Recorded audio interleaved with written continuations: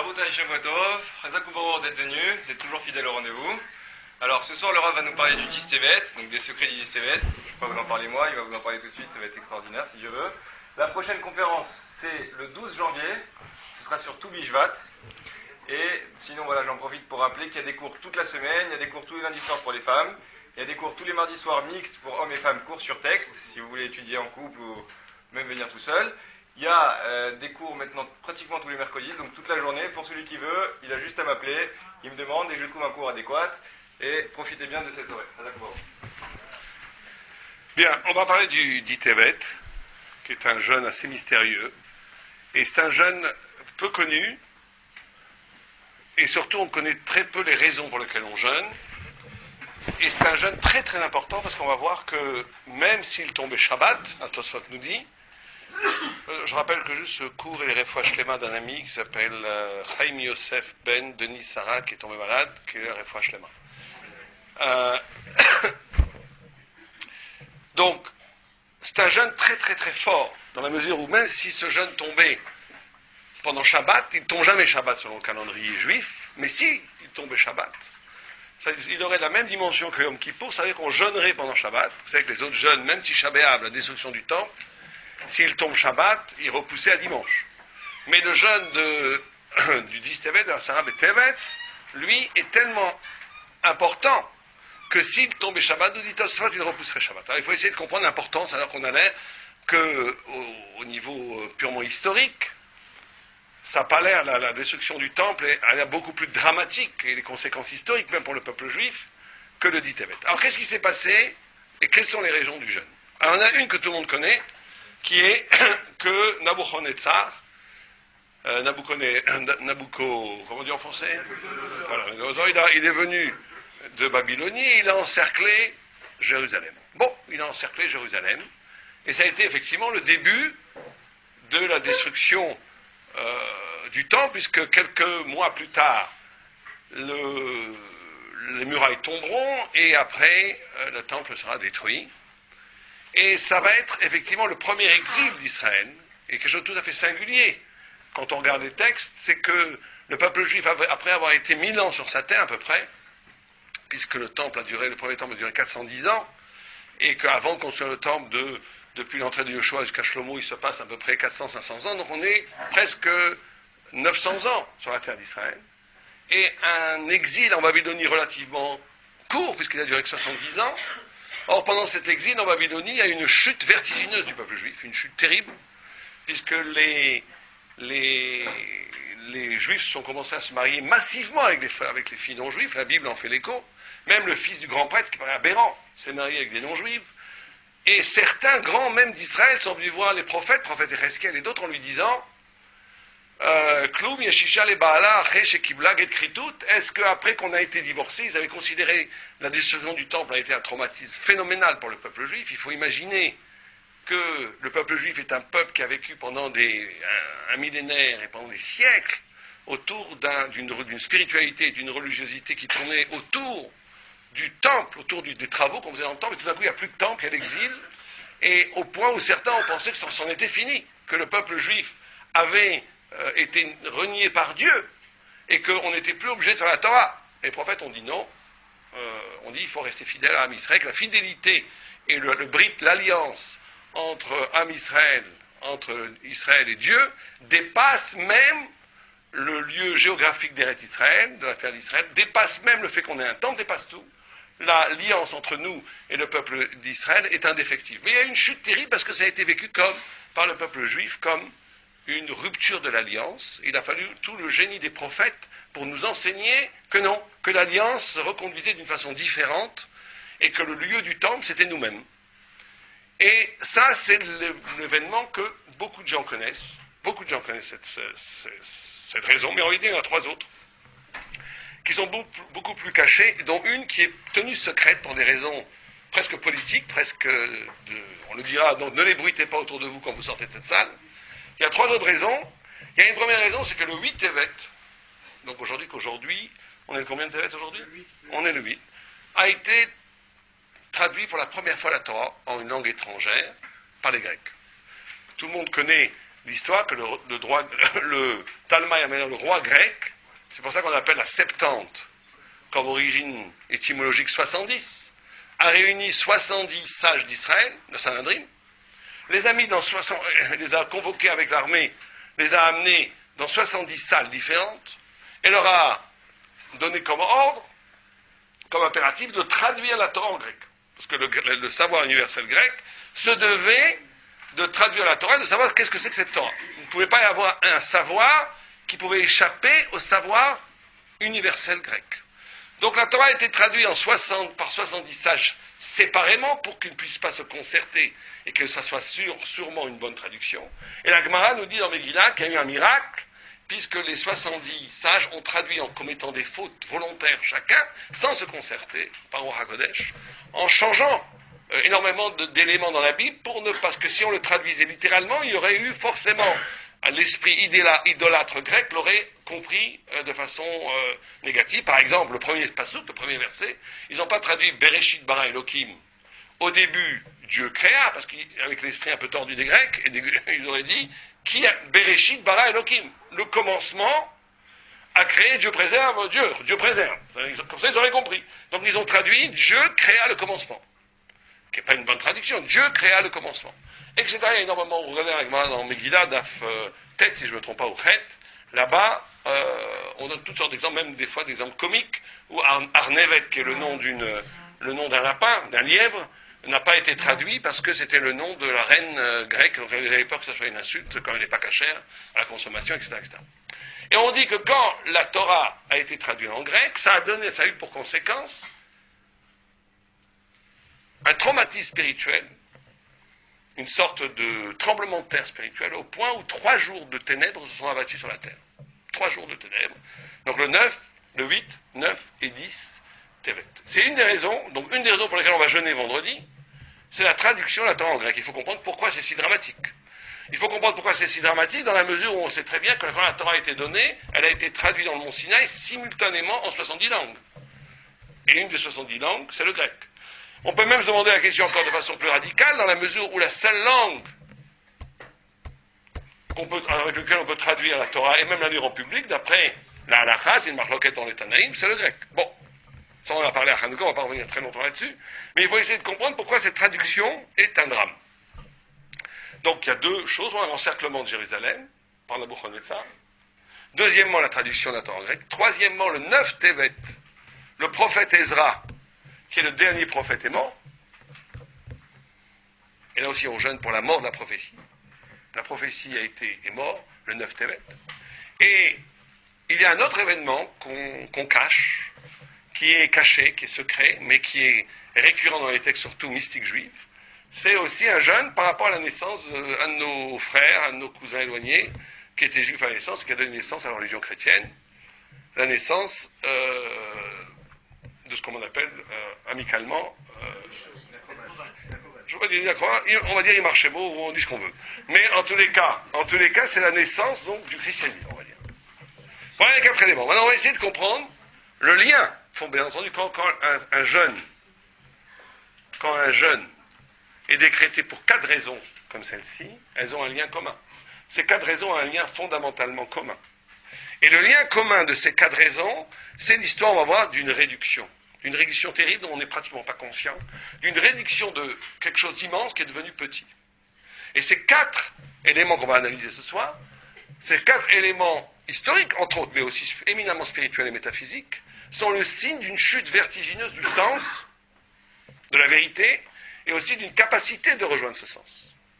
Et vous savez que ces 4 raisons et ces 4 événements ne sont pas anodins, ils correspondent aux 4 empires de l'exil que Am Israël se devra de traverser dans l'histoire, qui sont déjà signifiés Bérémez, de façon allusive, dans les premiers versets de la Torah, puisqu'on parle là-bas de la Shrina, de la présence divine qui plane sur le monde, et là-bas il y a écrit Tohu, Bohu,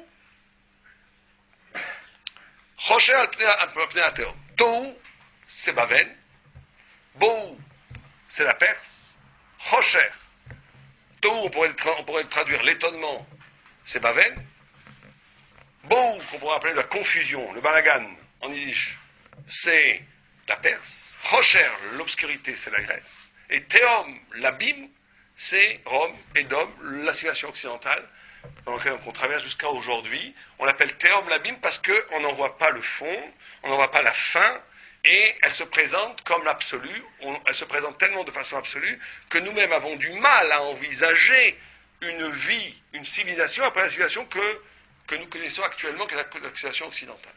L'absolu va être revendiqué par ces 4 civilisations, et d'emblée, chaque civilisation a une marque tout à fait particulière. Babel, c'est la marque de la beauté. C'est pour ça que dans le rêve de Daniel, elle est présentée comme un aigle, et dans le deuxième rêve de Daniel, elle est présentée comme la tête d'or. C'est la beauté, la gloire humaine. La deuxième Perse, qui est l'ours, et qui est le tronc, qui est les 2 bras, est présentée comme le corps, la notion du corps. La Grèce est présentée comme les ténèbres, c'est une panthère noire dans le deuxième rêve de Daniel, et c'est le buste dans le premier rêve. Et Édom est présenté comme une bête monstrueuse qui va avaler les 3 premières, et qui va, en vérité, elle-même commettre une réduction dans la réduction des 3 premiers empires, puisqu'elle va assimiler toutes les autres formes d'humanité, et on peut le poser comme un horizon indépassable. Et ces 4 événements qu'on a mentionnés correspondent chacun à un empire. La mort de Ezra correspond à l'empire perse. L'encerclement de Jérusalem correspond à Babylone, bien entendu. La traduction de la Torah en grec, bien entendu, correspond à la Grèce. Et la naissance du christianisme correspond à Édom. Donc, ça c'est l'introduction pour bien comprendre, parce qu'on ne peut pas rien comprendre à ça avec Tevet si on ne comprend pas que ces 4 événements-là, entre à la place ici, sont liés de façon essentielle aux 4 empires, et que ces 4 empires vont vouloir commettre au cœur même de l'exil que Israël traverse, au cœur de ces 4 empires, une réduction phénoménale de la spiritualité. Et le jeûne est une des techniques, entre guillemets, une des expériences spirituelles qui va nous permettre un tout petit peu, par le fait même de se lamenter sur cette réduction, d'essayer de retrouver un petit peu de cette grandeur qu'on a perdue. Bien. Alors on va commencer un par un. On va commencer par la Grèce, puisque c'est le 8. Le 8, la Torah a été traduite en grec. Et donc, en quoi est-ce que c'est si dramatique que cette Torah a été traduite en grec? Il y a un texte qui dit que tu seras étranger dans ton propre jardin. C'est-à-dire qu'une fois que la Torah est traduite, et là on prend un contexte un peu profond que nous explique le Maharal de Prague, qu'il faut méditer, qu'il faut penser, et qui dit que la Torah en essence est intraduisible, parce qu'il y a une différence fondamentale que nous-mêmes, et c'est une des conséquences de l'exil grec, que nous-mêmes on a du mal à comprendre, c'est qu'il y a 2 formes de parole. Il y a une parole qui est une parole thoraïque, qui est une parole qui n'est une parole qui ne commet pas le geste intellectuel de parler de quelque chose, mais qui au cœur même de la parole fait apparaître la vérité en soi. On va prendre 2 minutes pour expliquer ça. Quand la Torah a été traduite en grec, elle a commis une réduction universelle pour tous, pour nous aussi, qu'à partir de ce moment-là, notre rapport au langage, notre rapport à l'intelligence, notre rapport au savoir, notre rapport à la langue, au texte, va être un rapport où quand j'étudie, ou quand je parle de quelque chose, quand je lis de quelque chose, je suis toujours dans une référence. Je parle de quelque chose. Et on a oublié l'expérience qui est que la lettre elle-même est l'apparition de la présence divine, on va dire. Où le texte lui-même est ce qu'il énonce. Il ne parle pas de quelque chose, il est ce qu'il énonce. On va donner 2 exemples pour comprendre cette idée qui est très importante. Vous savez que quand Moshe Rabbeinu est mort, allait mourir, les 8 derniers psukim de la Torah, il y a une marloquette qui les a écrits. Puisqu'il a écrit Vermat Moshe, il est mort Moshe, alors on se demande qui a écrit ces psukim. Si c'est Moshe qui les a écrits, Chazé Shalom, c'est un mensonge. Parce qu'il ne peut pas écrire il est mort Moshe s'il est vivant. Mais si ce n'est pas Moshe qui l'a écrit, on a aussi un problème. Parce qu'il a écrit qu'à un moment donné, la carte Moshe est à Sefer, que Moshe a pris le Sefer Torah dans les mains. Or, un Sefer Torah auquel il manque même une lettre n'est pas cachère. Donc comment est-ce qu'il a pu prendre un Sefer Torah dans les mains s'il n'avait pas, il manquait 8 versets? Grosse discussion, certains disent Yoshua les a écrits. Mais la Gemara donne une autre réponse. Elle dit qu'en vérité, qui a écrit ce texte? Qui a écrit c'est Moshe. C'est Moshe qui les a écrits. Et la Gemara donne une drôle de réponse et dit, mais il les a écrits avec ses larmes. Il a écrit ces 8 derniers versets avec ses larmes. Et alors, en quoi ça répond à la question? Alors le Gaon de Vilna dit qu'il a écrit avec ses larmes, ça veut dire qu'il les a écrits, les larmes étant dans la Kabbalah et dans la mystique juive, un niveau de voyance supérieur à la voyance évidente, au regard évident. Ça veut dire que vous savez que la Torah peut être lue à... Nous on lit Bereshit bara Elohim, mais les anges lisent de façon complètement différente. C'est pour ça que les anges, que tout le monde connaît ce Midrash, quand Moïse est monté au ciel, qu'il a pris la Torah, les anges sont venus voir Dieu, ils ont dit, vous allez donner la Torah à Ben Aïcha, à la fille de la femme, au fils de la femme. Vous allez donner la Torah aux hommes, c'est impossible.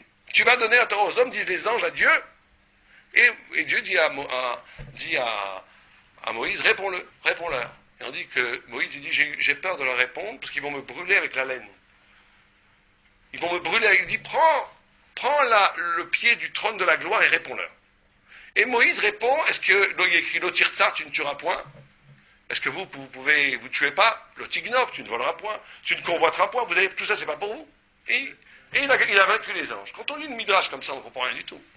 C'est tellement évident ce que dit Moshe. Tellement évident que la Torah s'est fait pour les hommes. Qu'est-ce que c'est que la Vamida? Qu'est-ce que les anges voulaient ne pas donner la Torah aux hommes, et la donner aux anges? Comment c'est possible une chose pareille? Quelle était leur Torah? Toute la Torah s'est fait pour l'homme. C'est tellement évident ce qu'a répondu Moïse qu'on ne comprend pas ce que voulaient les anges. Alors le Gaon de Vilna, il dit 2 choses extraordinaires. Il dit d'abord, pourquoi est-ce que Moshe avait peur d'être brûlé? Parce que les anges sont dépositaires d'une vérité qui ne supporte pas le mensonge. Une vérité qui ne supporte pas le mensonge, c'est une vérité tellement puissante que même Moshe Rabbeinu, qui ne va jamais mentir de sa vie, mais du fait qu'il puisse mentir, c'est déjà un péché pour les anges, ils veulent le brûler. Qu'un homme puisse mentir, c'est déjà insupportable pour un ange. Donc Moshe, sachant cela, il dit, je ne peux pas leur parler, ils vont me brûler. Il leur dit, prends le trône de la gloire. Qu'est-ce que tu leur dis? Le fait que je puisse mentir et que je dis la vérité rend ma vérité plus forte que votre vérité. Une vérité qui se nourrit du pouvoir, de la liberté de pouvoir dire le mensonge, est une vérité plus forte que la vérité qui ne dit que la vérité. Ça, c'est la première victoire. Mais la deuxième chose que nous explique le Gaon de Vilna, c'est de dire que les anges, ils lisent la Torah. Ils font un agencement des lettres, mais radicalement différent que ce qu'on lit nous. Nous, on lit Bereshit bara Elohim, eux, ils lisent autre chose. Beresh, ils lisent des choses, on dit qu'il y a 960 niveaux de lecture. Et donc, ils lisent autre chose. Mais cette Torah, aux 960 niveaux de lecture, n'est lisible que si elle est exactement comme elle est maintenant. Dès que vous la traduisez, vous réduisez la Torah à un récit. C'est une catastrophe métaphysique. C'est une catastrophe cosmique. C'est de réduire la Torah à son niveau le plus béat, au sens obvi du texte. Alors que la Torah est riche d'une infinité d'interprétations, au point où les anges ont pu croire que le niveau d'interprétation que nous on connaît, il est tellement nul que c'est même pas la peine de prendre en considération, la Torah n'est pas pour les hommes. La réponse que Moïse leur fait, c'est leur dire, oui mais nous, on peut lire tous les niveaux de Torah. C'est vrai que peut-être personne n'arrivera au 960e niveau. Peut-être personne. Déjà, on arrive au premier à l'oreille. Deuxième, très rare. Quatrième, très très rare. Au bout de 5e, ça n'existe plus déjà. Mais peut-être qu'un jour, on va y arriver. C'est-à-dire que c'est pas impossible, théoriquement, on va dire, qu'un homme arrive un jour à lire la Torah aux 960 niveaux. C'est pas impossible. Alors que c'est impossible pour un ange de lire l'Otir-Tsar comme le niveau le plus simple. Impossible. Et c'est comme ça qu'il a gagné. Donc on voit que la Torah est intraduisible, c'est une catastrophe de traduire la Torah, parce qu'on fait passer un texte qui est la vérité en soi, avec toutes ses variations et ses niveaux, à un récit qui n'est plus qu'on parle de quelque chose. C'est plus la vérité en soi qui est révélée. Deuxième exemple pour bien comprendre cette idée qui est fondamentale. Vous savez qu'il y a un texte assez extraordinaire dans la Bible, dans la Torah, où on y a écrit que Am Israël ro'im et akolot. Ils ont vu les voix. Ils ont vu les voix. Ça veut dire quoi, voir les voix? Vous avez déjà vu des voix? Est-ce qu'il est possible de voir des voix? Et le Midrash dit, c'est pas simplement qu'ils ont vu des voix, ils ont aussi entendu ils ont entendu des lettres. C'est-à-dire qu'ils ont vu ce qui est audible, ils ont vu, c'est comme si vous voyez, voilà, on va vous jouer une symphonie de Mozart, et c'est comme si vous voyez, imaginez la symphonie de Mozart, vous voyez quelque chose. C'est pas, vous écoutez plus la musique, vous voyez quelque chose. Ou bien vous êtes devant un tableau de Picasso, vous ne voyez plus maintenant un tableau, vous entendez une musique. Celui qui fait ça aujourd'hui, on le met à l'hôpital psychiatrique, on lui dit un problème. Mais tout Am Israël, au moment du don de la Torah, a vu les voix, a vu l'audible et a entendu le visible. Confusion des sens. Totale. Et la Gemara se demande pourquoi, qu'est-ce qui s'est passé. Et la Gemara, elle dit une chose incroyable. La Gemara, elle va sur quelque chose qui a l'air d'avoir aucun rapport. Elle dit, comment ça se fait, question qui a l'air complètement idiote, comment se fait-il qu'un sourd, on parle des voix, donc on parle des sourds, et un aveugle, on parle de voir, donc on parle d'aveugle, ne donne pas des enfants aveugles ou des enfants sourds? Comment elle pose cette question? La Gemara, elle répond, Zera mais balbel Zera. La Gemara, elle dit, la Zera, ça veut dire la semence, elle est mébalbel, elle mélange. Trop de Gemara. Et la Gemara, elle donne ça comme réponse à toutes les questions qu'on aborde. C'est quoi le pshat? Alors le Maral, il dit comme ça. Il dit que la question de la Gemara, c'est pourquoi un aveugle n'engendre pas un aveugle, pourquoi un malentendant n'engendre pas un malentendant. Et elle te répond, mais Balbel Zera, elle te dit, il y a quelque chose dans le pouvoir de donner la vie qui ne dépend en rien des manifestations de la vie. Le Zera, c'est l'origine vitale, ce qu'il y a originellement dans la vie. Ça n'a pas c'est plus fondamental que le regard, que l'écoute, que tout ce que vous voulez. C'est quelque chose qui porte en lui tout le potentiel de la vie. Vous savez que d'ailleurs, c'est très extraordinaire, parce qu'aujourd'hui, la science moderne, l'embryologie et la biologie, découvrent ce que la Gemara a dit il y a des siècles, qui est que au niveau du fœtus, au début, vous savez qu'au niveau quand l'embryon naît, les cellules sont exactement les mêmes cellules. Ce sont les mêmes cellules. Et ces cellules, les cellules qui vont donner des yeux, les cellules qui vont donner des os, les cellules qui vont donner des cheveux, les cellules qui vont donner du cerveau ou de la peau, c'est les mêmes cellules. Et il y a ce qui s'appelle la division cellulaire, ou plus tard, une formation tout à fait miraculeuse, on ne sait pas comment ça marche, qui fait qu'à un moment donné, tout ça va former. Sans en plus se repousser l'un l'autre, ce qui est un miracle extraordinaire, qui a peut-être une explication scientifique qu'on découvrira dans un siècle, mais c'est pas important, c'est un miracle en soi. Et la Gemara va nous répondre par là que quand ils ont reçu la Torah, c'est ça, voir les voix. Voir les voix, écouter le visible et voir l'audible, c'est qu'ils ont accepté la Torah à un niveau d'existence qui était plus fondamental, plus important que le regard et la vue. C'est-à-dire qu'on peut voir quelque chose, entendre quelque chose, ça reste extérieur à moi. On peut écouter la Torah, très bien, c'est une idée qui me touche pas. On peut écouter un chidouche, on peut lire un texte, c'est quelque chose d'extérieur. Voir la Torah avec l'œil de la vie, avec ce qui fondamentalement me constitue avant tous les différentiels de perception, c'est recevoir la Torah à un niveau où je fais corps avec la Torah. C'est pour ça qu'à ce moment-là, la Gemara, elle dit, ils sont devenus éternels. Quand tu reçois la Torah à ce niveau-là, tu fais corps avec la parole divine qui est elle-même éternelle, tu deviens toi-même éternel. Et donc la Torah en elle-même, si on peut recevoir la Torah avec l'œil de la vie, c'est que la Torah elle-même, c'est elle qui génère cette vie en essence. Donc on avait, avant la traduction de la Torah en grec, et c'est la première réduction, un accès à la vérité en soi gravée dans les lettres. Après la traduction de la Torah en grec, et c'est une des raisons pour lesquelles on va jeûner après-demain, c'est qu'on est condamné maintenant à accueillir une vérité et à être séparé d'elle et essayer de comprendre. On parle de la vérité. On tourne autour de la vérité. On commente la vérité. Mais on n'a plus un événement de vérité où apparaît la vérité en soi. Et ça, c'est le premier deuil. Le premier deuil du Asara Tevet, c'est celui-là. Premier deuil. Deuxième deuil, on va assez rapidement parce que je vais arriver directement, le plus rapidement à Babel, à l'encerclement, à la destruction du temple. Le deuxième qu'on a dit, c'est la mort d'Ezra. 9 Tevet. 9 Tevet, la mort de Ezra. Mort de Ezra, c'est la fin de la prophétie. C'est la fin de la prophétie. Il n'y a plus de prophète. Or, on a dit que la Perse, vous avez des chaises ici, hein, si vous voulez, que la Perse,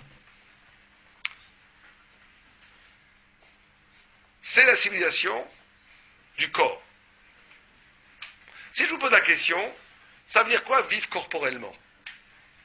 Ça veut dire quoi une civilisation qui est corps? Qu'est-ce que vous diriez? La matière. Oh, ça c'est un pléonasme.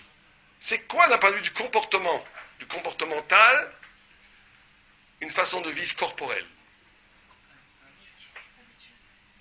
L'habitude?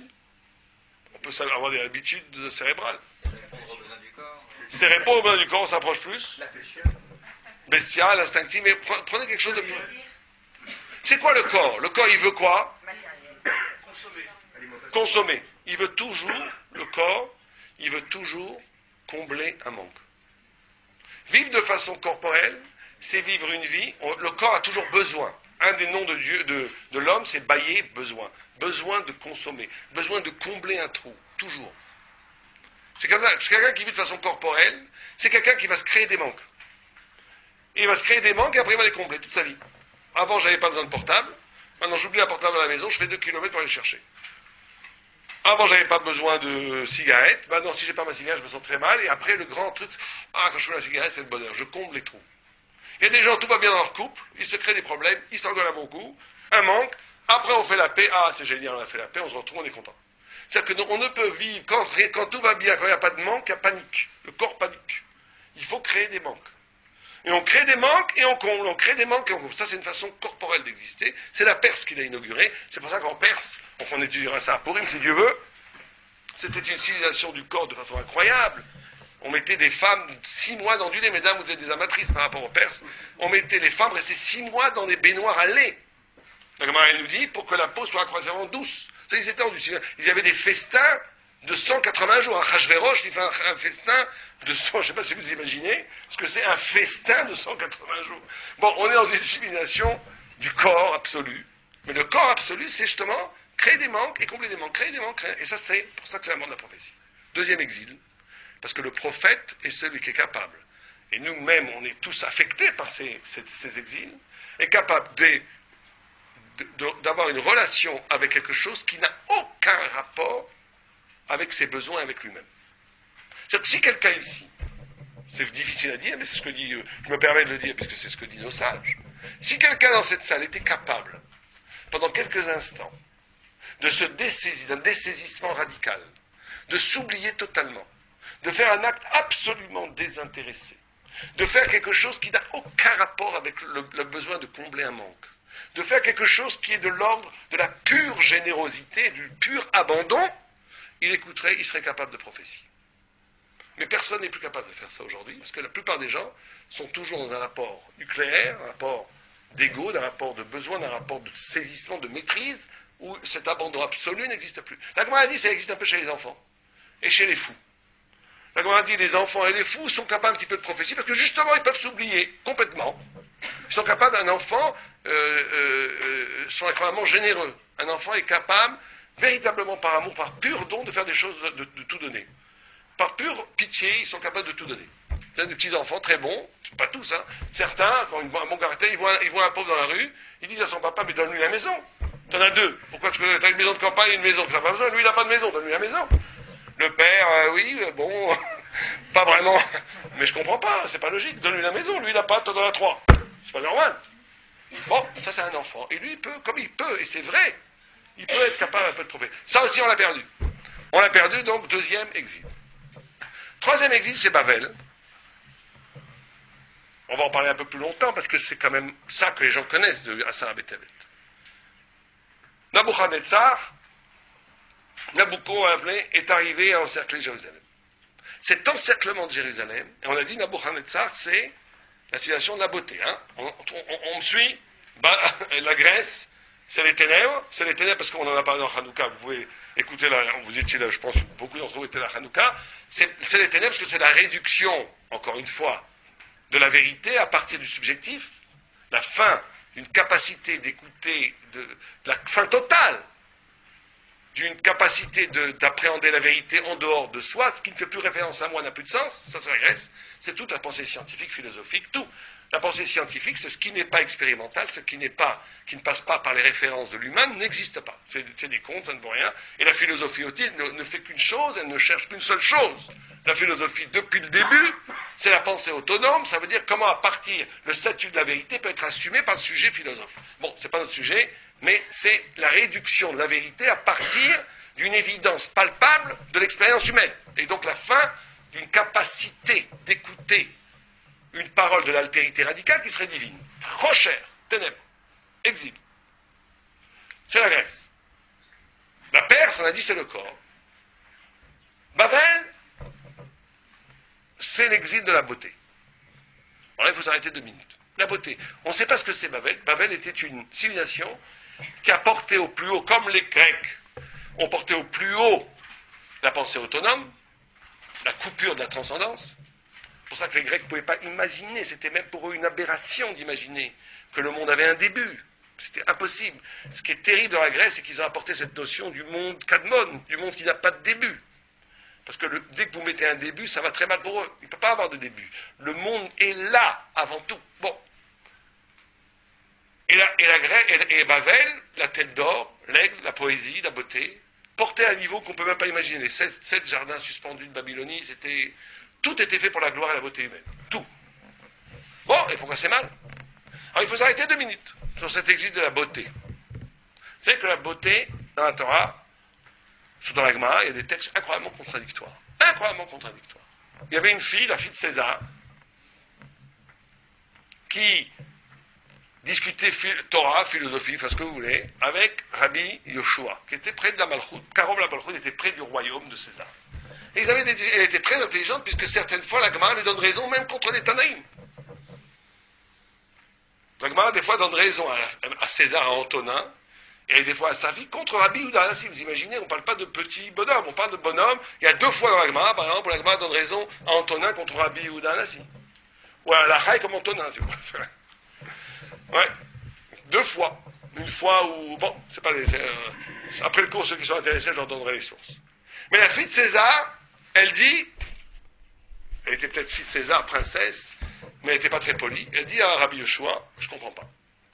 Chochma mefoueret, begouf kazé mechoua. Un corps, une intelligence tellement somptueuse comme la tienne, dans un corps si moche, si laid. Rabbi Yoshua était très laid. Mais laid. Très laid. Et il lui dit, comment ça se fait qu'une intelligence pareille soit un corps si laid? Lui, c'est un rabbi, il ne s'offusque pas, il ne se vexe pas. Il lui dit, où est-ce que ton père met le vin? Alors, elle dit comme tout le monde. À l'époque, ce n'était pas des tonneaux de bois, c'était des cruches en argile. Dans les cruches de Jerez d'argile. Elle dit, mais un roi comme toi, le roi, c'est honteux. Même le paysan, il met son vin dans une cruche d'argile. Alors, elle dit, où est-ce qu'il faut les mettre? Dans l'or, dans l'argent. Et elle fait ça, elle le met dans l'or et dans l'argent. Quelques semaines passent, l'empereur romain se fait servir par les chansons, par le sommelier du vin, et bien entendu, le vin a tourné, il se met dans une fureur noire, et les chansons, et comme ça, il sait que sa tête est en jeu. Il dit au maître, majesté, souverain, votre Altesse, c'est pas du tout moi, c'est votre fille. Et la fille arrive, il dit, qu'est-ce que t'as pris? Il dit, c'est pas moi, c'est Rabbi Yoshua. Il faut convaincre Rabbi Yoshua. Mais Yoshua, il dit, non, je voulais donner une bonne leçon. Je voulais apprendre que quand la couverture, quand l'extérieur est beau, ça fait tourner l'intérieur. Quand on est beau, on devient idiot à l'intérieur. Bon. Alors, ça, à la fille qui se démonte pas, la fille du César qui se démonte pas, et qui dit, mais chez vous, vous avez des rabbis très beaux. Vous savez que Rabbi Yochanan, on dit qu'il était magnifique, il était tellement beau, qu'il se mettait, aujourd'hui, imaginez qu'un rabbi fait ça, on l'excommunie, il se mettait devant les mikvés, le soir, pour que les femmes qui sortaient du mikvé le voient comme il était beau et qu'elle ait des beaux enfants. Vous voyez, on connaissait le psychosomatique déjà à l'époque. Il se mettait devant, et les femmes le voient comme il est beau, et hop, elles avaient des beaux enfants. Donc, et les Talmudim me disaient, pour toi, ça te fait rien de voir toutes ces femmes qui sortent, dit, pour moi, c'est comme des oies blanches, ça me fait rien du tout. Bon, ça, c'est moins sympathique pour les femmes, mais c'est comme ça qu'ils disent. Et donc, on dit, Agma, elle dit, pour comprendre la beauté de Rabbi Yochanan, ceux qui comprennent la beauté de Rabbi Yochanan, il doit mettre une rose dans un gobelet d'argent. Regardez la belle idée politique, il faudrait se faire ça pour Shabbat. Vous prenez une rose dans un gobelet d'argent, vous le mettez sur la fenêtre quand, au coucher du soleil, on aura un petit peu l'idée de la beauté de Rabbi Yochanan. Bon, en tous les cas, elle dit ça, vous avez eu des rabbis très beaux. Et il lui répond, lui, s'ils avaient été moches, ces rabbis beaux, ils auraient été plus intelligents. Bon, donc l'intelligence rend bête. Il faut comprendre pourquoi. D'un autre côté, la beauté rend bête. D'un autre côté, il y a des textes qui disent exactement le contraire. Puisqu'on voit que Rabbi Yochanan, même Rabbi Yochanan, est allé voir son grand ami Rabbi Elazar, qui était malade. Il était dans une chambre, très sombre. Il est rentré, on ne voyait rien. Il a ouvert sa manche, et c'était tellement kadosh que son bras éclairait. Ils n'avaient pas besoin à l'époque de torches. Il lui suffisait de retrousser la manche, son bras éclairait toute la chambre. Et il a vu que Rabbi Elazar pleurait. Il pleurait. Il a dit, pourquoi tu pleures? Est-ce que tu pleures parce que tu n'as pas étudié assez de Torah? Tu sais que c'est pas important, il faut étudier juste ce que tu peux étudier. Si tu as fait ce que tu as pu, c'est très bien. Il a dit, non, je pleure pas, ça, je sais très bien que la Torah, c'est pas une question de résultat. La Torah, c'est l'investissement, la soif de l'infini, la soif du savoir. C'est pas important si j'étudie, si j'ai appris tout le Talmud, ou si j'ai appris qu'une daf, ou même un traité. L'important, c'est d'avoir essayé de comprendre. Je sais que je pleure pas pour ça. Ah bon, peut-être que tu pleures parce que tu es très pauvre. Il lui dit, pas tout le monde n'a bénéficié de 2 tables. Pas tout le monde a l'Olam Haba. Et l'Olam Hazé, pas tout le monde va avoir le monde futur. Et l'Olam Hazé, pas tout le monde. Il lui dit, non, ça je sais, l'argent, c'est rien. L'argent, chacun a exactement l'argent qu'il lui faut pour réussir sa vie. Celui qui croit qu'il n'a pas assez d'argent, que c'est son problème, il est complètement à côté de la plaque. C'est pas du tout ça. Alors, je sais pourquoi tu pleures, parce que tu as perdu tes enfants. Ça, c'est quand même une bonne raison de pleurer. Et il lui sort un os. Rabbi Yochanan, il lui montre un os qu'il portait, et il lui dit, c'est l'os de mon 10e enfant qui est mort, moi. Et je suis quand même heureux. Il lui dit, non. Bon, ça c'est plus dur pour nous à comprendre.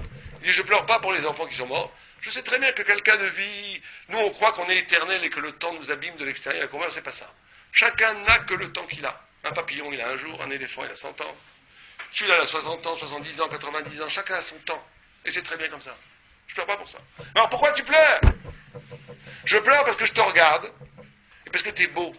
Et qu'un jour, toute cette beauté, elle va pourrir dans la terre. Rabbi Yochanan entend ça. Il dit, si tu pleures pour ça, eh ben moi je vais pleurer avec toi, ils pleurent tous les deux en même temps. Bah, ça aurait été un texte de, j'aurais dit, ça aurait été n'importe quel texte de la culture, je sais pas quoi, j'aurais dit, ces goïms, ils ont vraiment débiles. Non, vous voyez, c'est une Gemara. C'est une Gemara. Il y a un autre texte encore qui est dans le même sens, qui est encore plus contradictoire. C'est Rabbi Akiva. Vous savez que Rabbi Akiva a eu 3 femmes. Première femme qu'il a eue qu'on ne connaît pas du tout, puisqu'on dit que quand il est parti étudier, son fils l'a aidé à prendre des livres et des affaires, donc il a forcément une femme s'il avait un fils. La fameuse Rachel, la tzadékette incroyable, qui était une fille très très riche, très très très très riche, et qui a vécu dans l'opulence et qui à 18 ans a décidé de se marier avec un berger dont le père était converti, et qui ne savait pas étudier un mot, et dont le père était tellement furieux qu'il l'a déshérité, et pendant 24 ans elle a vécu sur de la paille en mangeant et en buvant on ne sait pas quoi. Tout ce sacrifice pour que son mari devienne Talmid Chacham. Et après, elle est morte et il s'est marié avec une 3e femme. Il y avait Tournerophus Aracha, qui était le gouverneur grec, romain, qui était donc en poste en Israël, qui se targuait d'être philosophe. Et qui avait des discussions philosophiques publiques, comme ça se faisait beaucoup à l'époque, ce qu'on appelle des disputations, en public entre Rabbi Akiva et lui. Et Rabbi Akiva, chaque fois, il était terrible. Il revenait dépressif. Et un jour, il était tellement dépressif qu'il a dit à sa femme était extraordinairement belle. Il a dit à sa femme, Elokai shelelu soné Zima. Le Dieu de ceux-ci, c'est-à-dire des Juifs, déteste Zima, on pourrait traduire le laisser aller, la débauche, le laisser aller. Dieu déteste, le Dieu des Juifs n'aime pas la débauche. Va le draguer, il était près de sa femme à le draguer pour faire tomber Rabbi Akiva.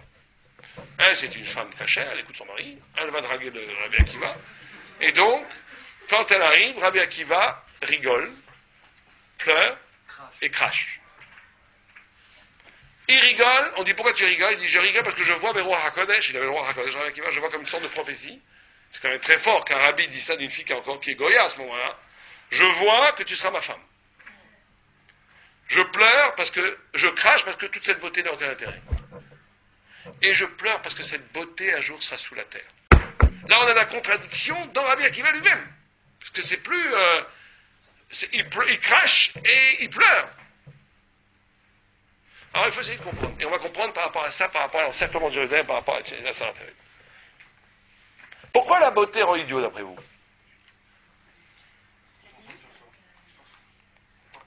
Il faut se poser la question inverse.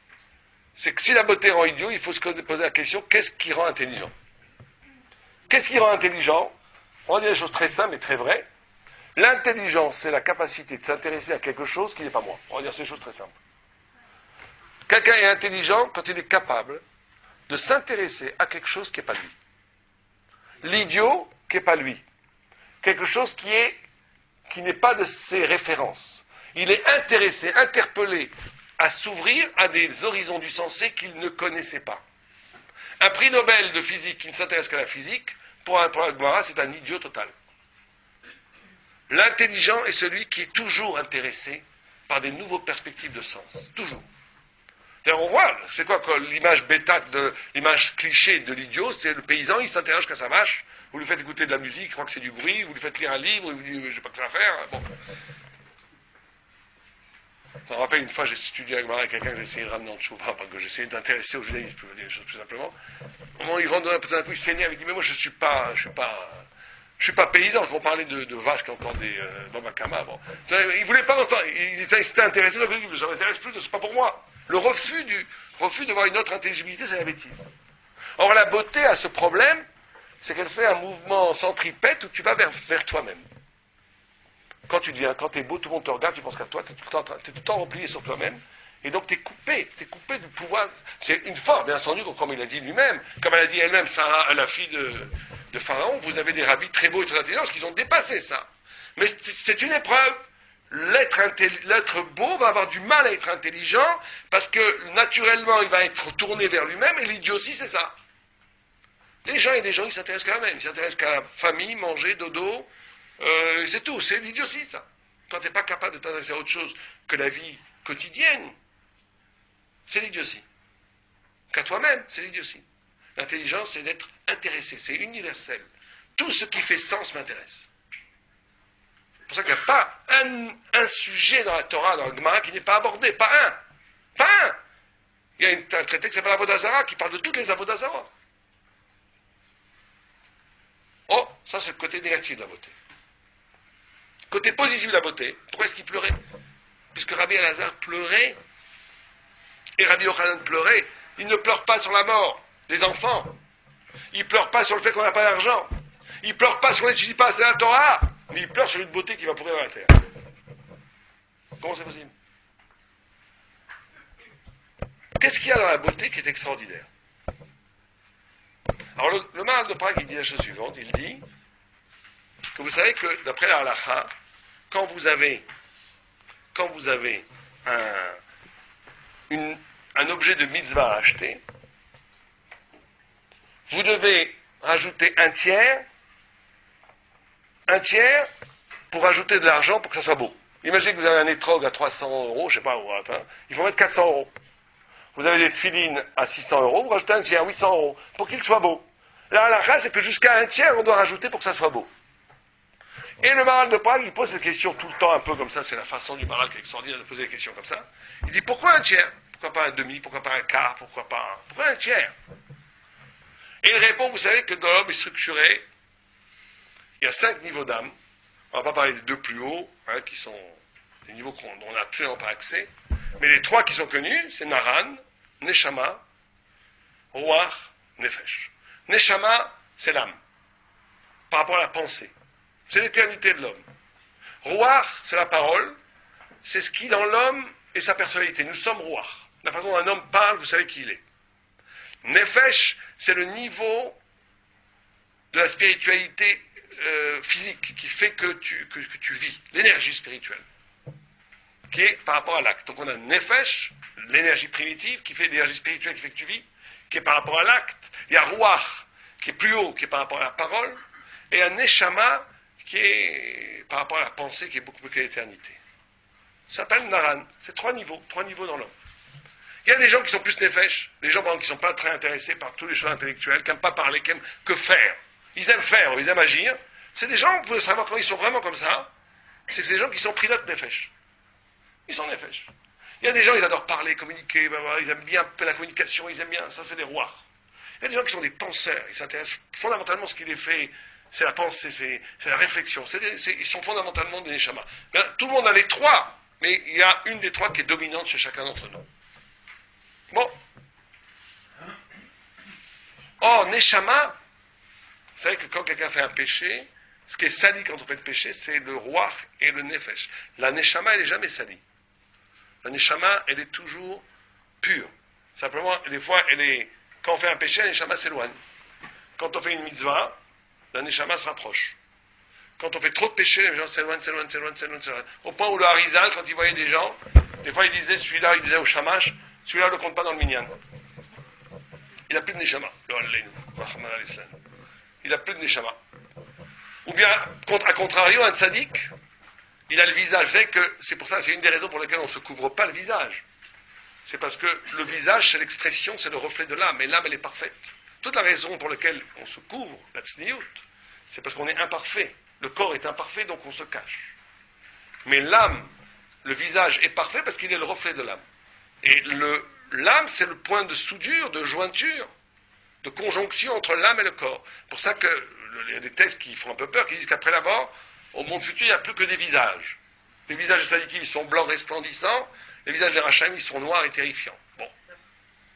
Mais en tous les cas, un tzadik, il a un visage qui resplendit. Moi, j'avais connu un de mes rabbes, Zecher Tzadik Lebra, qui s'appelait Rav Rachamim Naouri, je ne sais pas si vous l'avez connu, qui avait un visage, bon, je m'en souviens encore, moi j'avais 15-16 ans quand j'étais avec lui, il avait un visage qui resplendissait. C'était un de mes premiers maîtres en Gemara. Il avait un visage resplendissant. Rav Shteman en Israël, il y a beaucoup de Rav comme ça. Et alors que le Racha, il arrive à un visage gris, parce que l'âme est tellement loin qu'il n'y a plus rien sur le visage. Il n'y a plus d'étincelles pratiquement, il n'y a plus d'étincelles. Bien, en tous les cas, pourquoi je vous dis ça? Parce que le Maral, il dit que la beauté, c'est par rapport à quel des trois?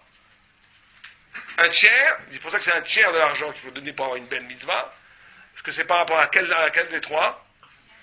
Par rapport à l'âme, le plus haut. Le plus haut. Et le Maral explique pourquoi, parce qu'il y a quelque chose dans la beauté qui est fondamental, qui est que la beauté, elle ne sert à rien. La beauté renvoie à la dimension de l'homme non utilitaire, non alimentaire. C'est pas consommable, c'est une pure émotion. C'est une pure quelque chose qui sert à rien. La beauté pure, un beau coucher de soleil, ça sert à rien. Et c'est bien que ça sert à rien parce que ça montre une dimension de la révélation divine. Un animal ne va jamais s'extasier sur la beauté, jamais. Vous n'allez jamais voir une baleine s'extasier devant un coucher de soleil, jamais. Vous n'allez jamais voir un chien qui devant un très magnifique tableau de Monet va commencer à avoir les yeux ébahis, jamais. Il va être indifférent à la beauté. Sauf s'il y a un chat dans les tableaux. Non, même. Essayez, vous allez voir, même. Et si c'est ça, c'est pas par attrait à la beauté, ça sera par mimétisme. La beauté a cette qualité extraordinaire d'arracher l'homme à la condition du besoin à l'animalité. Donc c'est les deux en même temps. Et ce qu'a fait Bavel, et on revient à Bavel, ce qu'a fait Bavel, vous savez que toute la destruction du temple, là il faut bien comprendre ça, on va prendre 5 minutes pour comprendre ça. Il y a combien de jours, quand on fait toute cette période de la destruction du temple, entre Yud Zayin Tammuz et Tisha B'Av, il y a combien de jours? Quelqu'un sait il y a combien de jours? Entre Yud Zayin Tammuz et Tisha B'Av, il y a combien de jours? Si tu comptes tous les jours, 22. C'est par rapport à quoi 22, quelqu'un sait? Quel est le chiffre 22 à la Torah, c'est quoi? 22 lettres. Et le Maral, il voit un signe que la destruction du temple, c'est avant tout la destruction du sens des lettres. Chorban Hadat. Vous savez qu'il y a quelque chose d'extraordinaire quand vous regardez. Vous avez vu Echa, le livre des Lamentations. Ouvrez le livre en hébreu, vous allez voir quelque chose d'extraordinaire. Vous avez combien de chapitres dans Echa? Combien? Non. 5 chapitres. 5 chapitres par rapport aux 5 livres de la Torah. Vous avez le premier chapitre, comment c'est? Alpha, Beta, Aleph, Bet, Gimel, Dalet, impeccable dans l'ordre. Le numéro 2, 3 et 4, c'est dans l'ordre sauf quelle lettre? Ain, VP. Le Ain, le P est avant le Ain. Normalement, le P a une valeur numérique de 80, le Ain de 70, ça doit être Ain P. Le P est avant. Ouvrez, Echa, c'est fascinant de voir ça. Le dernier paragraphe est tout mélangé. Et le Maral dit pourquoi ça? C'est très simple. Ils disent que le péché fondamental, qui a commencé d'ailleurs, qui a commencé déjà dans le désert, mais qui a commencé, puisque c'était la destruction du temple, a été déjà prévu avec la faute des Méraglim dans le désert, mais c'est concrétisé historiquement à partir du Dieu Tevet jusqu'à Tchabéa, où le péché cardinal du peuple juif a été de devancer, Aïn c'est quoi en hébreu? L'œil. P c'est quoi? La bouche. De devancer la bouche à leur regard. Ça veut dire quoi devancer la bouche au regard? Vous savez que le monde a été créé, comme on a dit, Tohu, Bohu, Yetzira. Tohu, Bohu, Yetzira. Le monde a été créé toujours, étonnement, bilboul, balagan, création. C'est-à-dire que le monde est toujours créé comme ça. C'est-à-dire que quand un enfant pour accéder à l'intelligence, ou quand vous regardez qu'est-ce qu'il fait, regardez un enfant qui évolue. Il s'étonne, Tohu.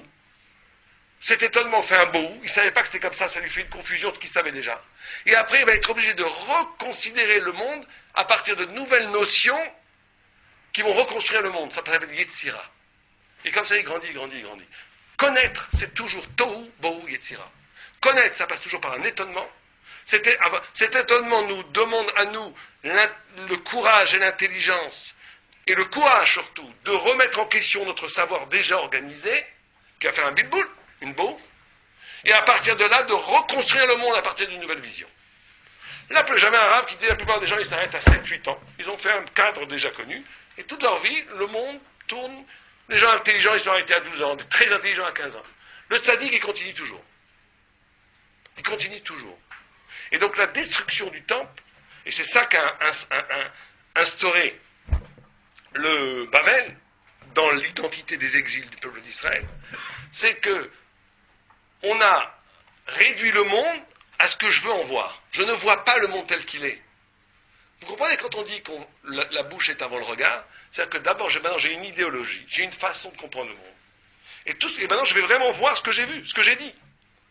Ça veut dire que le monde, le regard, va être aliéné, va être assujetti à un système idéologique parlant qui va réduire tout regard à ce que je sais déjà. Donc je ne vois jamais rien de nouveau. Tout doit obéir aux critères de connaissance qui sont déjà installés dans mon esprit. Donc il n'y a plus de nouveauté, il n'y a plus de transcendance, il n'y a plus de cassure. Et c'était la beauté, quand on a parlé que la beauté, ça a deux facettes. Une beauté qui est une beauté qui centripète, où tout tourne autour de moi, et une beauté qui ouvre à l'infini. Bavel va inaugurer d'un point de vue civilisationnel, pas simplement d'un point de vue psychologique où chacun d'entre nous, il va instaurer au niveau de la civilisation, donc va inscrire dans l'histoire même, une civilisation dont la beauté va être absolument définie avant l'apparaître. Tout va être harmonieux par rapport à l'harmonie humaine et on va complètement couper la transcendance. Donc réduction.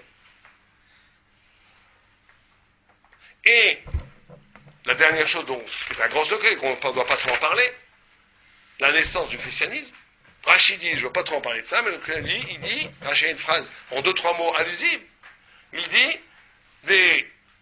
ces formes d'Avodazara, de Elilim vers Agadot. Il dit 2 mots, Elilim, des petits dieux, réduction de la divinité en un petit dieu, et des Agadot, et des contes. C'est-à-dire que le 4e exil a inauguré une divinité, un rapport à la transcendance, un rapport à Dieu, qui devient comme des rapports à la fable.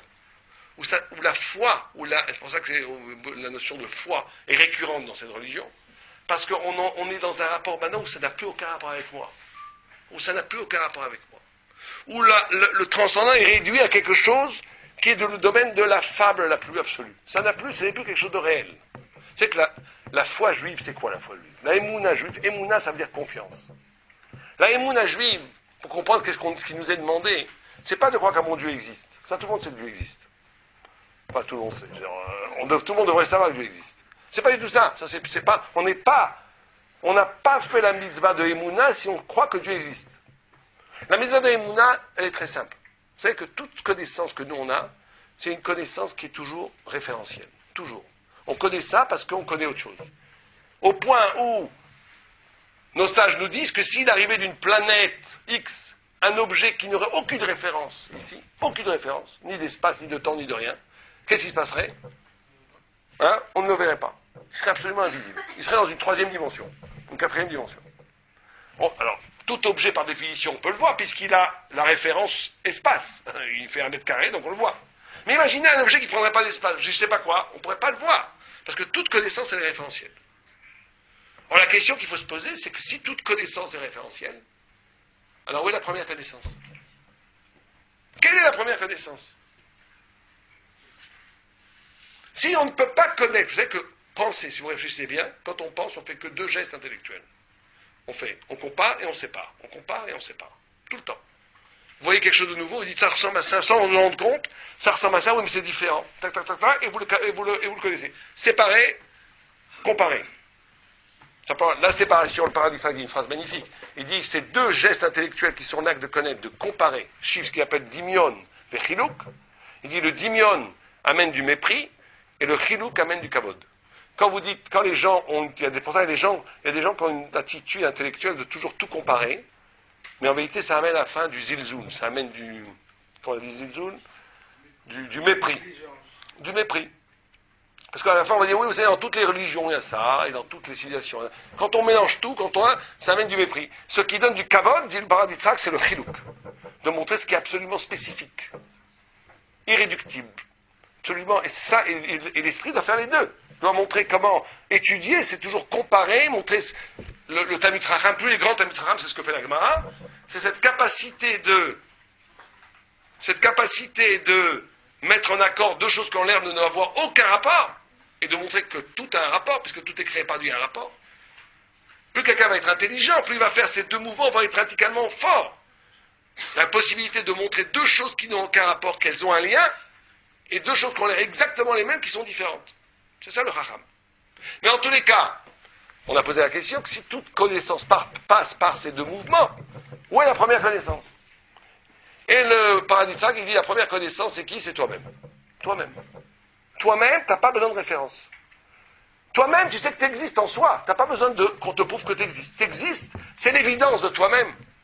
Or, la croyance en Hachem pour la Torah, la foi que nous on doit avoir en Hachem, c'est que si tu crois à Hachem, c'est pas ça que nous on est contre tous ces séminaires qui montrent que la Torah est vraie, que Dieu existe, tout ça c'est bien, mais bon, c'est pas pour le Ben Torah Amiti. Parce qu'on n'a pas besoin de ça. Est-ce que tu as besoin d'un séminaire pour savoir que tu existes? Non. Et bien, de la même façon que tu as une évidence que tu existes, tu dois avoir une évidence au cœur de toi-même que Dieu existe.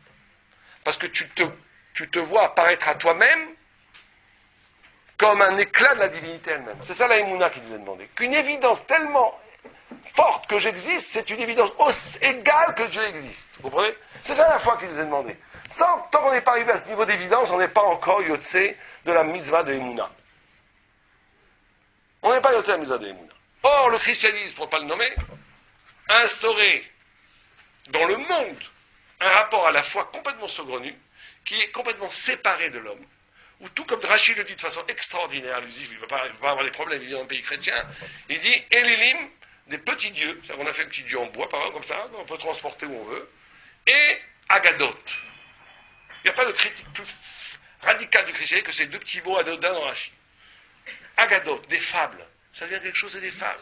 Des mythes. Ouais, des mythes. Des fables. Quelque chose qui ne parle pas. C'est pas lié à moi, c'est pas lié à la vérité intrinsèque de mon existence, de l'intrigue intime de mon existence. Et donc, ça c'est les 4. On a dit les 4 empires. Les 4 exils. Ont le point commun d'une réduction. Les 4 ont commis une réduction drastique, terrible, une chute vertigineuse. Et que nous sommes à la veille d'un jeûne, et par le jeûne, par le fait même que l'on jeûne, le dit Tevet, et c'est pour ça, entre autres, que le dit Tevet, on ne le déplace jamais. Au point où Tosfot dit que si le dit Tevet tombait Shabbat, on jeûnerait Shabbat. Et là, ça tombe vendredi, on va jeûner un peu Shabbat. Puisqu'on ne pourra pas manger avant le Kiddush, vendredi soir. Pourquoi? Parce que comme il est à l'origine, il porte en lui l'origine de tous les exils. C'est le début. Comme il porte en lui l'origine de tous les exils, de toutes les destructions, toutes les réductions, c'est pas Shahar, quelque chose qui est à la source, on ne peut pas le déplacer. Il reste, il est indéracinable. Ça n'aurait pas de sens de le déplacer. Parce que c'est la source de tout. Quelque chose qui est un effet, tu peux le bouger. Quelque chose qui est la source, tu ne bouges pas une source. On ne peut pas le bouger, on ne peut pas le déplacer. Interdit. Même si c'était Shabbat, on devrait jeûner. Il y a une nechama dans tout ça, c'est que, comme ce jeûne débouche sur Shabbat, c'est quand même un bon signe, puisque vous savez que la Torah, c'est ça qui est extraordinaire dans la Torah. Yaakov, l'étymologie du mot Yaakov, c'est Yud Kov. Yud, c'est futur. Kov, c'est pourriture, mort. Le juif est celui qui donne le futur à ce qui est donné pour mort. Toujours. Sans vouloir entrer dans la polémique, on a toujours annoncé la mort du peuple juif, on a toujours annoncé la mort du judaïsme, et il y a toujours une renaissance incroyable. Tout le temps, on a cru à un moment donné que l'assimilation, c'était fini la Torah. Après, on a cru que le marxisme, le communisme, c'était fini la Torah. Après, hop, et ça renaissait. Une certaine forme de sionisme laïque. Ben Gurion disait, oui, on peut laisser les religieux pas faire l'armée parce que il y en a 700, et de toute façon, ça sera des antiquités. Dans 10-15 ans, tout ça, ça n'existera plus. C'est la modernité, le patriotisme. Aujourd'hui, il y a 2 millions de personnes. Bon, on n'aura jamais vu la Torah. Donc, c'est comme ça. Parce que ce qui avait fasciné Tolstoï et d'autres, Jean-Paul Sartre aussi, c'est comment, justement, on a un peuple qui n'obéit absolument pas aux critères socio-historiques, qui échappe complètement à tous ces critères. Parce qu'ils sont liés à cette dimension juive, à Dieu, qu'on est capable de changer la malédiction en exultation, la bénédiction en bénédiction. On est capable de le faire.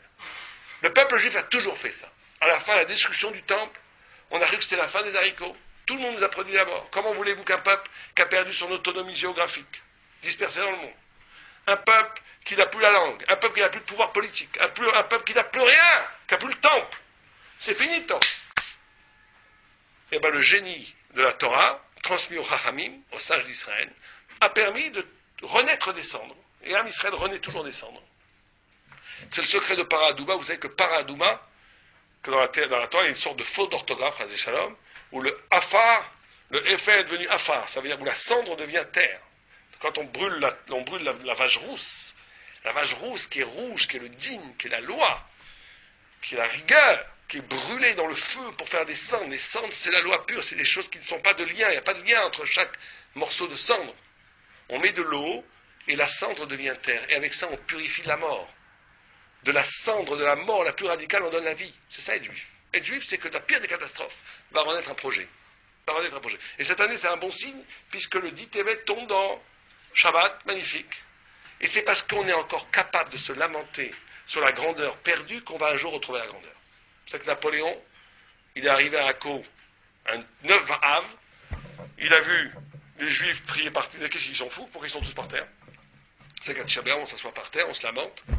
Et ils l'ont dit, votre majesté, l'empereur, c'est les Juifs qui se lamentent sur le toit. Napoléon, c'était pas un idiot. Il a dit, s'ils se lamentent 2000 ans après, enfin 1800 ans après à l'époque, 1700 ans après, ils reconstruiront le temple. Quelqu'un qui pendant encore 1700 ans après, il n'a pas renoncé, un jour ils reconstruiront le temple. Et c'est sûr. Ça, c'est Am Israël. Am Israël, c'est le peuple de l'espoir. Il a ses racines métaphysiques sont près de racines dans le futur. C'est pour ça qu'ils sont indestructibles. Toutes les autres nations, elles sont bâties à partir d'un passé. Donc quand les causes de ce passé s'effondrent, les nations s'effondrent. Am Israël, il y a cette singularité que les racines de son identité sont basées sur le futur, sur la promesse, sur le messianisme. Donc on est indestructible. Parce que la promesse, tant qu'elle n'est pas advenue, on sera toujours là. On l'attend toujours. Donc par définition, on est immortel. Et donc c'est très important de sentir un tout petit peu le manque de ces 4 absolus qui ont été réduits pour qu'un jour on puisse retrouver ces 4 absolus. Et donc ces 4 absolus, pour y revenir et pour conclure, premier absolu qui a été perdu, c'est ce rapport qui est en vérité le fantasme de tout grand écrivain. Le rapport à une écriture qui ne serait pas une parole qui parlerait de quelque chose, de la littérature, mais une parole qui commettrait un événement qui serait plus réel que le réel. D'ailleurs, le grand sadique est capable de faire des miracles. Vous savez que vous avez 2 sortes de personnes. Vous avez des personnes qui croient qu'avant tout, il y a de la matière, et que la parole et que l'intelligence s'organisent autour de la matière. Et dans ce cas, dans cette configuration métaphysique, il n'y a pas de miracle possible, puisque la matière est première. Il n'y a pas de miracle possible, il ne faut pas faire d'illusion. Si avant tout il y a la matière, et que la parole n'est qu'un effet de la matière, n'est qu'un commentaire de la matière, il ne peut pas y avoir de miracle. La matière est plus forte que la parole, puisqu'elle est elle est la matrice même de la parole. Mais si on pense que la parole est avant la matière, que la Torah, que Dieu a créé la Torah, après il a créé le monde, qu'à partir de la Torah, la parole divine de la Torah, c'est la cause du monde. Quelqu'un qui se lie un peu à cette parole, c'est sûr qu'il peut faire des miracles. C'est logique. On peut y croire ou pas y croire, mais c'est logique. Le miracle, c'est pas boulot, c'est pas abracadabra. Bien que abracadabra, c'est d'hébreu, vous savez. Abara, qu'il y ait des baras, qu'il soit créé comme il a parlé. Mais si quelqu'un est véritablement fait corps avec la parole de la Torah, il peut faire des miracles. C'est pas du tout un problème. Pas du tout un problème. Elle dit, elle s'étonne du fait qu'on trouve que c'est extraordinaire les miracles. Elle dit, faire un miracle, c'est pas extraordinaire. Au point où même la Gemara, une fois, elle dit à un homme qui a eu un miracle, un il dit, comme c'est grand, et un autre il dit, comme il est dégoûtant cet homme d'avoir besoin de faire un miracle pour avoir à manger. Pas besoin de miracle. Bon, ça serait peut-être le sujet d'une conférence. Le miracle, la notion de la place du miracle dans la Torah. Mais en tous les cas, la première, je résume. Première réduction, première chute, dont on ne prend pas tellement conscience qu'on est tellement loin de ça. C'est qu'on a perdu le sens d'une parole qui est plus forte que le réel, d'une parole qui est la vérité en soi, pas de la littérature sur la vérité, mais qui est l'apparition, la déchirure du tissu mensonger du monde, pour faire apparaître l'éclat vivant de la parole divine, qui est l'origine même de l'être. Ça, on ne sait plus ce que c'est. On parle d'eux, on discute entre nous, qu'est-ce que ça veut dire, c'est bien. Mais c'est pas encore c'est pas ça la Torah encore. Première chute vertigineuse, causée par le oui, Tevet, par la Grèce. Par la traduction de la Torah en grec. Deuxième chute, à mort, la fin de la prophétie. La fin de la prophétie parce que le prophète était capable d'un désintéressement, d'un dessaisissement total, qui permettait la captation d'une parole absolue et vraie qui ne dépendait pas de l'intérêt. Or nous, c'est pas de notre faute, c'est comme ça. Le monde est rentré dans un système où toute parole, où toute vérité, où toute perception est liée à un besoin, à un manque. Civilisation du corps, l'exil du corps de la Perse, la mort d'Ezra, la mort des prophètes, l'incapacité d'avoir une relation absolument désintéressée au monde qui permet l'apparition de la parole pure de Dieu. Chaque chose doit combler un manque, doit avoir un intérêt. Chaque chose, c'est pour moi. Couper la prophétie. Troisième, cette notion de beauté, ça veut dire cette notion la parole avant le regard, le fait que maintenant tout passe par le filtre de l'idéologie, le fait que que la beauté humaine, trop humaine, une incapacité de voir la beauté divine, la beauté de la Neshama, ce troisième niveau. Là aussi on doit jeûner pour ça. L'encerclement de Jérusalem, on dit que quand Jérusalem a été encerclée par Nabuchodonosor, les anges se sont dit, mais comment la ville de Dieu peut être encerclée par une armée d'incirconcis? C'est impossible. C'est impossible. Comment la maison de Dieu peut être saccagée par des incirconcis? C'est impossible. Impossible. Au point, je vous dis que ça a été un traumatisme tellement que des juifs sont mariés avec des goyotes, et des goïms aussi. Ils se sont dit, c'est pas possible. La maison de Dieu qui a été ravagée par des gens incirconcis, c'est impossible. Pourquoi Dieu ne les a pas brûlés sur le champ? Donc réduction terrible, retrait de la Shrina. Jérusalem, la ville de Akadosh Baruch Hu, qui est encerclée. C'est pas possible. Et quatrième, qui est plus secrète, naissance du christianisme, qui est un déferlement d'une religiosité qui s'inspire de la Bible, de la Torah elle-même, mais qui réduit la Torah au cœur même de la religiosité thoraïque, à des fables, à des contes et à une vision de Dieu élilim, comme dit Rashi, c'est-à-dire de poupées, de statues, de petitesses, de chutes vertigineuses. Ces 4 chutes vertigineuses étant les 4 empires qui sont les 4 lettres. C'est que le monde a été créé avec la lettre He. La lettre He, c'est Yud, c'est la lettre divine qui est le reflet de Dieu, qui est Am Israël, et le Dalet, qui sont les 4 points cardinaux, qui sont les 4 royaumes. Et la lutte perpétuelle qu'il y a entre les royaumes et Israël, c'est où est le lieu d'absolu. Parce que le lieu d'absolu, c'est le Dalet, c'est ici. Et vous voulez la religion, c'est très bien, mais l'absolu, c'est ici, c'est le politique, c'est le militaire, c'est l'argent, l'économique. Mais nous, on dit non. Le lieu d'absolu, c'est la vérité. L'argent, le politique, le militaire, c'est que des satellites. C'est rien. Toujours cette lutte. Mais il y a quand même il n'y a pas eu que des victoires en Israël, il y a aussi des chutes. Et les chutes, c'est l'exil. Et pour conclure sur une note optimiste, c'est que cette capacité qu'on a,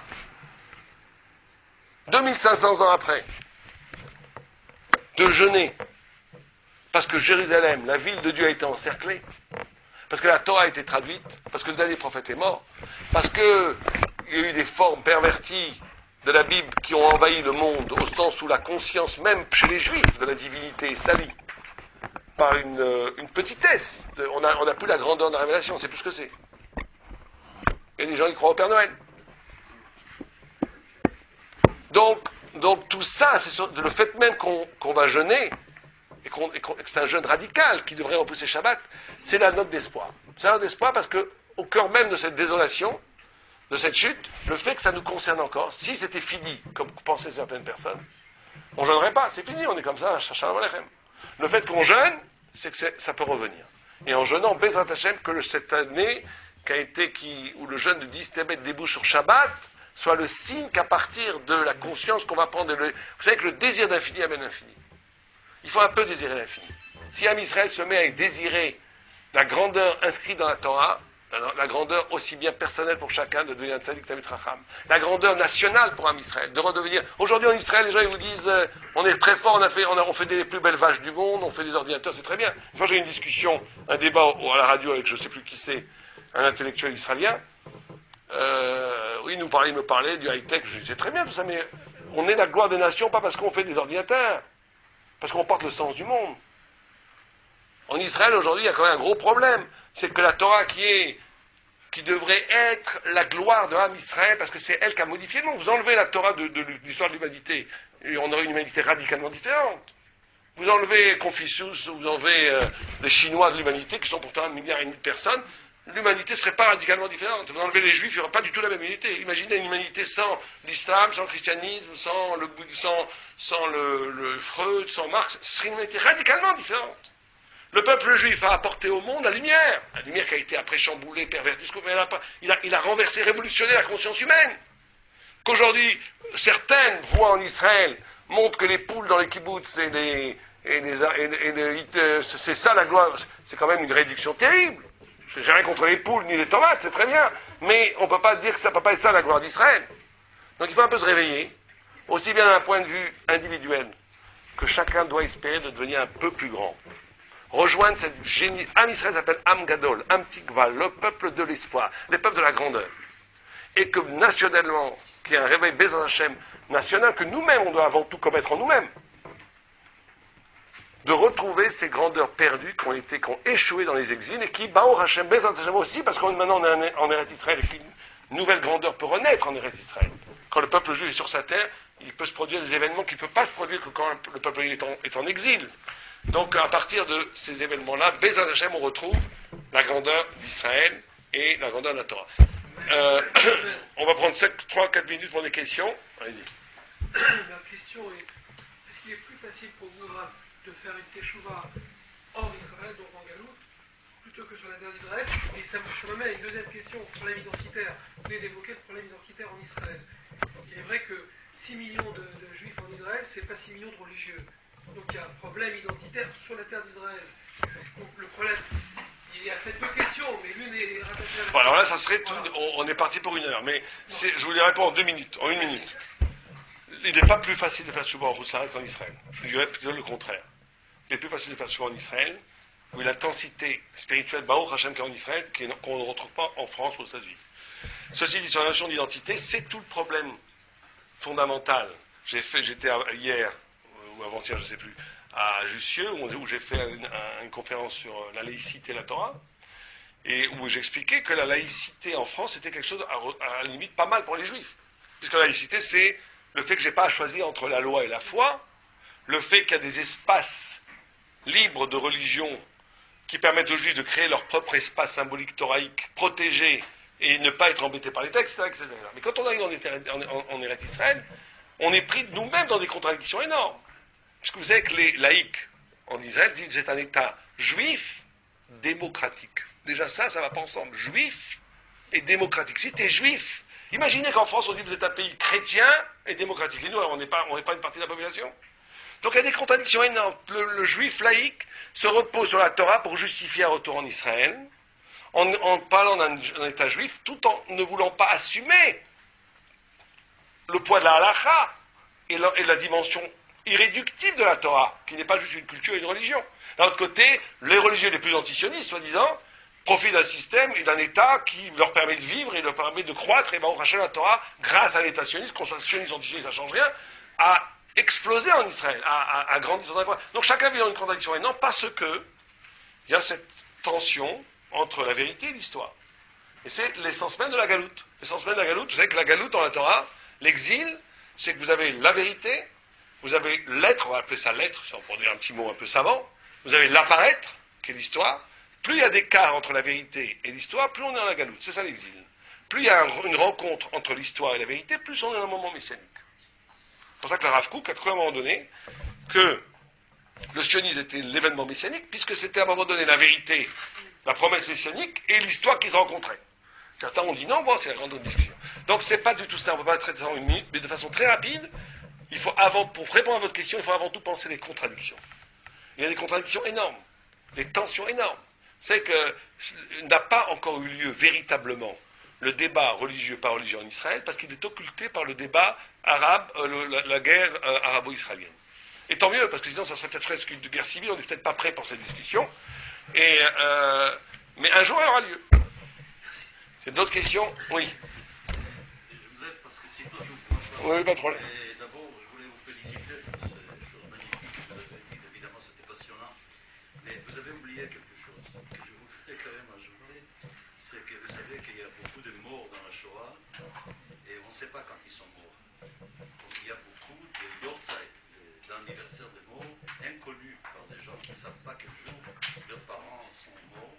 Alors le rabbinat israélien, il y a déjà pas mal d'années, a décidé de faire du Dit Tevet Yom HaKadish HaKlali, de faire du Dit Tevet le jour anniversaire de la mort des parents dans la Shoah, dont on ne sait pas le jour de la mort. Je pensais à quelque chose par rapport à ce que vous avez dit, que la réponse à la mort, c'est la vie. Les Kaddish étant une prière de vie, c'est extrêmement important de marquer la Shoah par les Kaddish, en disant qu'on ne va pas se laisser abattre par ça, mais qu'il y a une parole qui est... Et ajouter encore un petit mot, comment on crée de nouvelles fêtes dans le judaïsme. Il faut d'abord qu'il y ait un gène qui se transforme en fait. Alors le Dit Tevet est très très important, parce que c'est le 10e jour du 10e mois, c'est important, parce que le jour il va se transformer, ça sera une très grande... Tout à fait, bravo. Monsieur a dit deux choses. Monsieur a dit deux choses que j'ai effectivement oubliées, qui sont très importantes. Qu'il y a cette notion du Kaddish là, et il y a aussi, effectivement, on dit dans les Nevi'im, que ces 4 jours-là, les 4 jours des 4 jeunes qui sont le Yud-Zayin Tammuz, Tisha B'Av, Asar B'Tavet et Gimel Tishri, de Sof de Goya, se retournera en fait. Ce sera des gens qui seront très très bien, oui, vous avez raison. Oui. Pour illustrer ce que vous avez dit, magnifique à la fin, la note d'optimisme par rapport à tous ces valeurs, à l'époque, il y a longtemps, quand on faisait une erreur, à l'époque c'était la lumière. Donc c'était une tache noire sur cette lumière, c'est ce qu'on voit le mieux. De la même façon, Hachem en fait nous a volontairement exilés pour que dans l'obscurité on fasse rejaillir la lumière. Parce que c'est ce qu'on voit le mieux dans l'obscurité. Hanouka. Donc voilà, donc c'était par rapport à ça. Donc dans un sens, c'est vrai qu'on est en exil, mais de l'autre côté, c'est aussi le but du peuple. On peut l'applaudir aussi, c'est pas mal.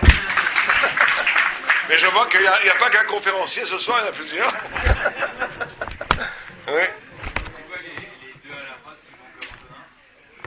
Ah bah ça c'est pas vraiment de la il y avait une discussion quand est-ce que le Yatzera apparaît. Et le Yatzera apparaît et Rabbi Yehuda pensait que c'était à la conception. Et Anton a dit c'est impossible, sinon il tuerait la mère. Donc c'est à la naissance. Agma lui donne raison parce qu'il a écrit Al-Petar. Dans le passage il a écrit qu'à la porte quand tu naîtras il t'attendra le Satan. Et donc Anton a eu raison. Et la deuxième, quand est-ce que l'âme elle rentre quand est-ce que l'âme rentre dans le corps. Rabbi Yehuda pensait à la naissance. Anton a pensé que s'il n'y avait pas d'âme, la viande à l'intérieur pourrirait. Et la Torah lui donne raison que l'âme arrive le 40e jour. Ça veut dire qu'Esav ne voulait pas sortir pour faire un Si, il voulait faire un Bolazar. Si le Yetzera... Oui, mais c'est pas justement, ça c'est une question qu'on pose, c'est pas du Yatzera physique, c'est ça, inscrit dans l'essence même de ce qu'il est.